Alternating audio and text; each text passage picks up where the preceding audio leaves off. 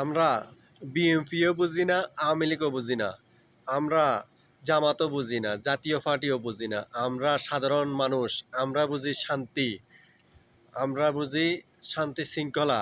আমরা ভালোভাবে বাঁচতে চাই, সুন্দর পরিবেশ চাই, কোনো উচ্ছৃঙ্খলা আমরা চাই না। তাই আমার সাথে সবাই একমত হবেন। আসসালামু আলাইকুম রহমতুল্লাহ বারাকাতু।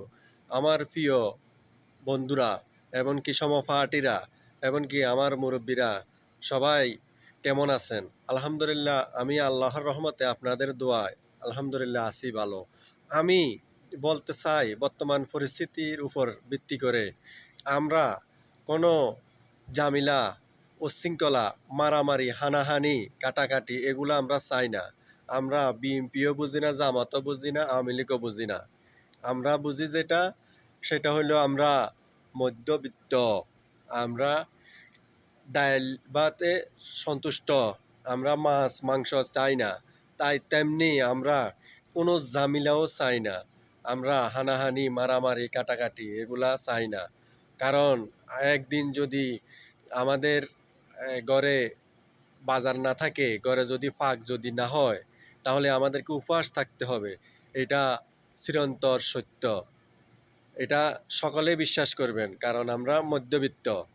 আমরা কোনো বড়লোক না।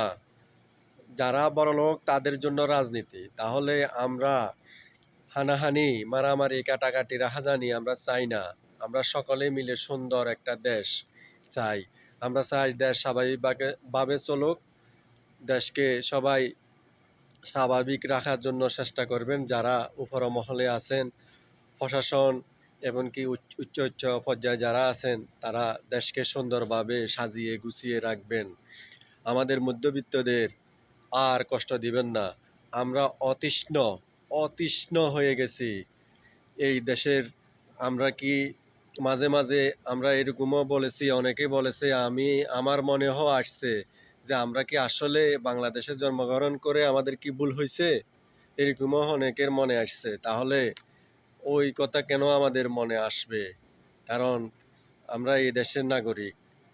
আমাদের কাছে এই দেশে আমরা যখন জন্মগ্রহণ করেছি তখন আমরা এই দেশের নাগরিক। তাই আমাদেরকে একটু ভালোভাবে থাকতে দিন, আমাদের দিকে একটু ফলো করেন।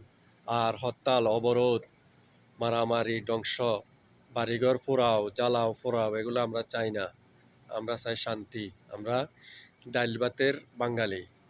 আমাদের বাংলাদেশ প্রিয় বাংলাদেশ। আমরা এই বাংলাদেশ, স্বাধীন বাংলাদেশে স্বাধীনভাবে থাকতে চাই। সবাই আমার সাথে একমত হলে আমার ভিডিওতে লাইক, কমেন্ট